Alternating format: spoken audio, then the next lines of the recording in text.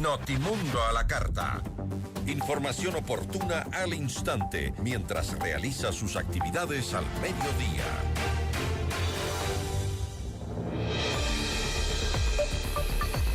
Ecuador vuelve a debatir una reforma estructural en el sector energético en medio de un escenario complejo: déficit de generación, vulnerabilidad del sistema hidroeléctrico, necesidad urgente de inversión privada y una relación bilateral con Colombia que atraviesa tensiones políticas y comerciales con efectos directos en el intercambio eléctrico. El gobierno ha planteado un nuevo proyecto de ley energética con carácter urgente que busca abrir la puerta al sector privado como respuesta a esta fragilidad. Sin embargo, el debate no es solo técnico, también político, estratégico y de soberanía. Nuestra entrevista de hoy en Notimundo a la carta. Nos acompaña para conversar sobre el tema Roberto Aspiazu, el expresidente de la Cámara de Energía del Ecuador. Roberto, qué gusto, buenas tardes. Gisela, un gusto estar aquí y un saludo a quienes nos están viendo y escuchando. Roberto, como lo mencionaba, el gobierno ha enviado a la Asamblea Nacional un proyecto de ley energética que permite delegar proyectos al sector privado bajo condiciones excepcionales, ¿no? ¿Cree usted un cambio estructural necesario o una respuesta apresurada a una crisis que no se resolvió a tiempo? Yo creo que apunta a la dirección correcta, en el sentido de afianzar condiciones para efectos de que la inversión privada en el sector eléctrico se vaya desarrollando y desde ese punto de vista ir cambiando el modelo de desarrollo que sabemos desde hace tiempo que es demasiado estatista, burocrático. De alguna manera yo pensaría que este proyecto de ley tiende a llenar los vacíos que se dejaron en las leyes antiapagones 1 y 2 aprobadas, si la memoria no me falla, en enero y en octubre de 2024. En ese sentido es un paso adelante. Por ejemplo, el hecho de que sistemas de generación distribuida de autoconsumo, que son los proyectos pequeños de hasta 10 megavatios, o de autogeneración hasta 100 megavatios, puedan, aparte de energías renovables no convencionales y combustible de transición, que es gas natural, puedan ser también de energía termoeléctrica con el uso de combustibles fósiles, porque finalmente no hay alternativa. O sea, Ecuador, si usted me pregunta, en este momento necesitaría tener un parque termoeléctrico de 2.000 megavatios y no hemos de llegar a 1.400 megavatios. Entonces, en un escenario de estiaje severo, desde luego. Entonces hay que mirarlo en esa perspectiva. Por otra parte, y sin perjuicio que podamos desarrollar la idea más adelante, hasta el momento los proyectos privados de energía eléctrica no han terminado de despegar. Solamente hay uno, que es Villanaco 3, 110 megavatios, que ya está en fase de construcción. Pero los otros, de una manera u otra y por distintos factores, todavía en compás de espera. Ahora, desde el sector energético se ha advertido ya varias veces que el principal problema no es solo la falta de generación que tenemos en el país, sino la ausencia de una planificación que sea a largo plazo, ¿no? En este proyecto de ley, ¿usted cree que se está corrigiendo este problema o se posterga nuevamente? Mire, el proyecto de ley aborda el tema en la perspectiva de que los proyectos que no sean ejecutados, contemplados en el plan maestro de electrificación en un plazo de 2 años, que tengan un retraso dentro de ese tiempo, pues podrán ser adjudicados al sector privado, igualmente ante el evento de que el sector estatal no tenga la capacidad económica, técnica, operativa de llevar adelante los proyectos relacionados de modo propio, pues se va a poder encargarle al sector privado. O si hay limitaciones de carácter económico, técnico, operativas, en fin, o situaciones de urgencia formalmente decretadas como tales. Entonces, ahí el sector privado va a poder intervenir. Desde ese punto de vista, pienso yo que se genera una flexibilidad, considerando que anteriormente a través de estos 2 proyectos de ley que hacíamos mención, ley antiapagones 1 y antiapagones 2, ya se había abierto la posibilidad a la participación privada. Ahora, ahora para esta la idea es atraer, ¿no?, a los privados a que inviertan en el sector energético. Pero ¿existe este texto legal? ¿Ofrece suficiente seguridad jurídica, que es lo que siempre se ha quejado la empresa privada, es decir, de no tener las reglas claras? Yo creo que eso hay que trabajarlo ya en algunos detalles, en lo que guarda relación con la Comisión de Desarrollo Económico de la Asamblea Nacional, porque muchos de estos conceptos son de carácter técnico, que tienen que ser cabalmente entendidos, procesados. Por ejemplo, se establecen algunas condiciones sobre el despacho preferente de energía, limitándolo a los proyectos de autoconsumo y aquellos relacionados a la generación con gas natural, para desde la política pública privilegiar este tipo de proyectos. Pero por otra parte hay que considerar que esto no puede ser suficientemente atractivo para invertir en proyectos de energías renovables no convencionales, porque finalmente, ¿quién le garantiza que la energía que usted genera va a haber alguien que le compre?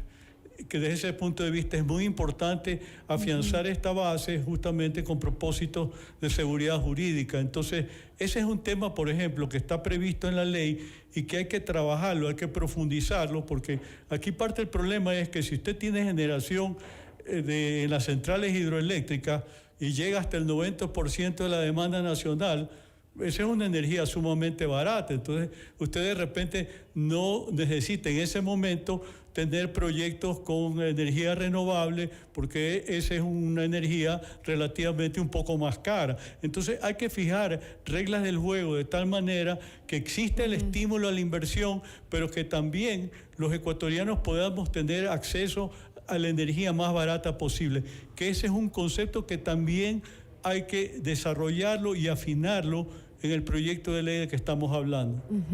Ahora, como usted lo mencionaba, Ecuador sigue siendo altamente dependiente de las hidroeléctricas, ¿no? Y lo que nos hace súper vulnerables a fenómenos climáticos, como lo que hemos vivido ya en los últimos años. ¿Qué tan claro queda en este proyecto el impulso a esas energías renovables, no convencionales, y a las otras opciones para la diversificación de la matriz energética? Yo creo que apunta en esa dirección, pero el problema es que estos proyectos no están terminando de despegar, decía, por una serie de factores, uno de ellos relacionados a la garantía de la compra de la energía. Por ejemplo, el paquete inicial de 800 megavatios, cuyos contratos se suscribieron en 2023, alrededor de 10 en total.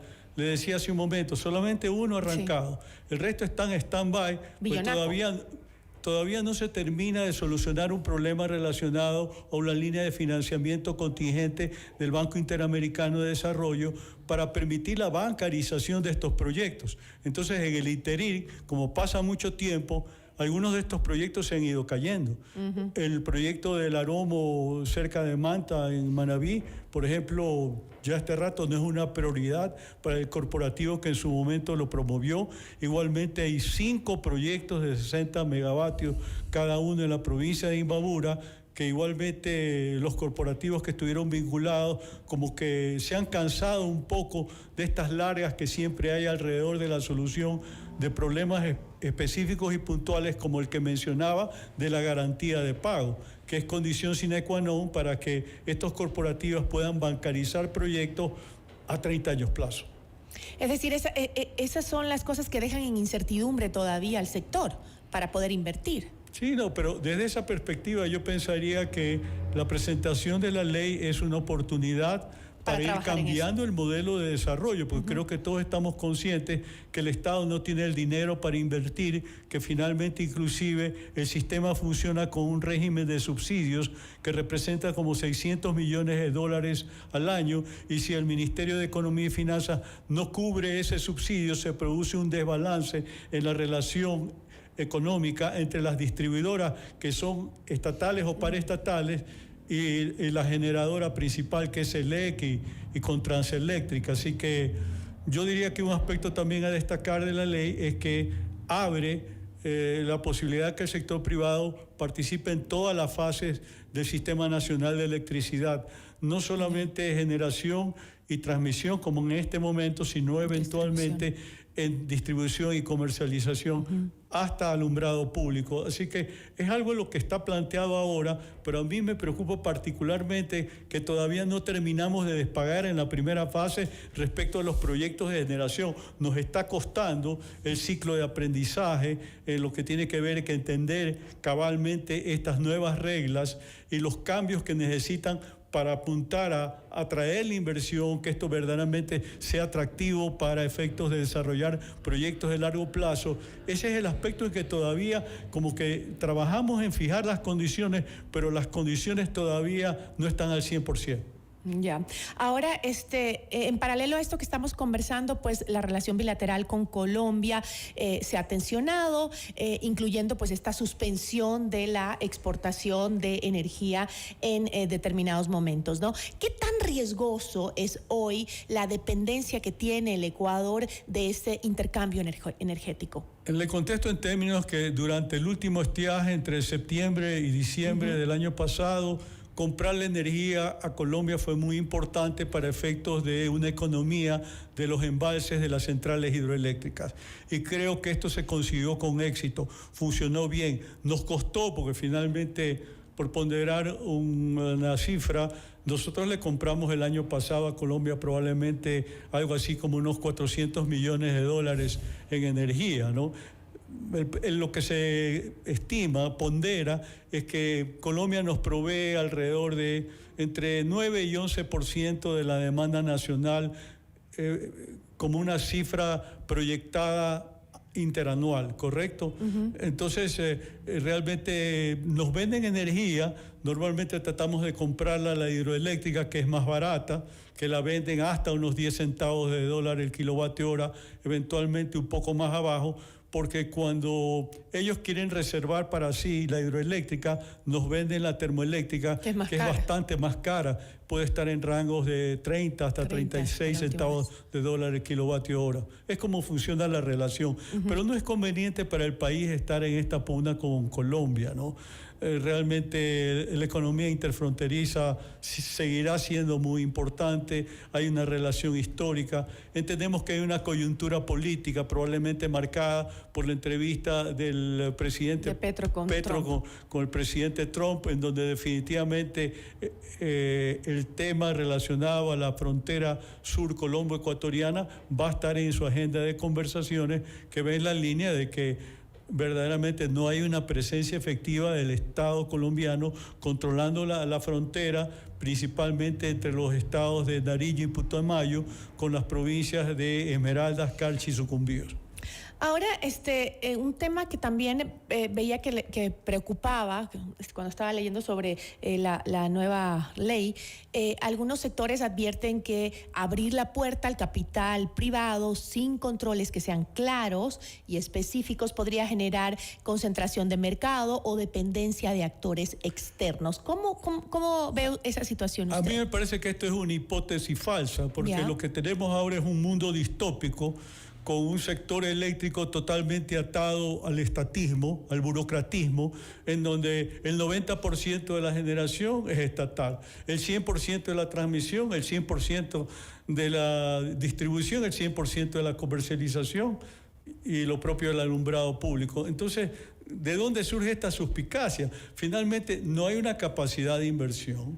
Eso nos pasó una factura como país recientemente muy alta durante el estiaje de los apagones entre septiembre y diciembre del año 2024. Entonces ya nos toca ir aprendiendo la lección de que finalmente esta excepcionalidad prevista en la Constitución respecto a la delegación o concesión de los sectores estratégicos tiene que ser reformulada de alguna manera. Si no se puede vía cambio constitucional, por lo menos a través de leyes como de esta naturaleza, que más o menos respetando el concepto de excepcionalidad, permitan a la vez desarrollarla con mecanismos de flexibilidad que apunten en la dirección del interés general. Yo creo que eso finalmente es lo que tiene que ser considerado, inclusive por los magistrados de la Corte Constitucional, que recientemente emitieron un fallo en sentido contrario. Me parece a mí que fue totalmente inoportuno.